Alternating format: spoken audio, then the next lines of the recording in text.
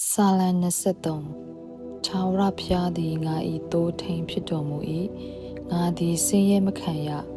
စိမ့်လန်းသောကျစားရယ၌ငါကိုအိပ်စေတော်မူ၏တာယာသောမျက်နာသို့လမ်းပြတော်မူ၏ငါဝိညာဉ်ကိုအားဖြစ်၍နာမတော်အဖို့လို့ငါတရားလမ်းကျမ်း၌သွေးဆောင်တော်မူ၏အကယ်၍တေမင်း၏အရေးလွှမ်းမိုးသောခြိုင်တဲသို့ရှောက်သွားရတော်လဲဘေးအန္တရာယ်ကိုမကြောက်ပါအကြောင်းမူကားကိုယ်တော်သည်အကျွန်ုပ်နှင့်အတူရှိတော်မူသည်ဖြစ်၍လှန်တန်တော်နှင့်တောင်းဝဲတော်သည်အကျွန်ုပ်ကိုချမ်းသာစေပါ၏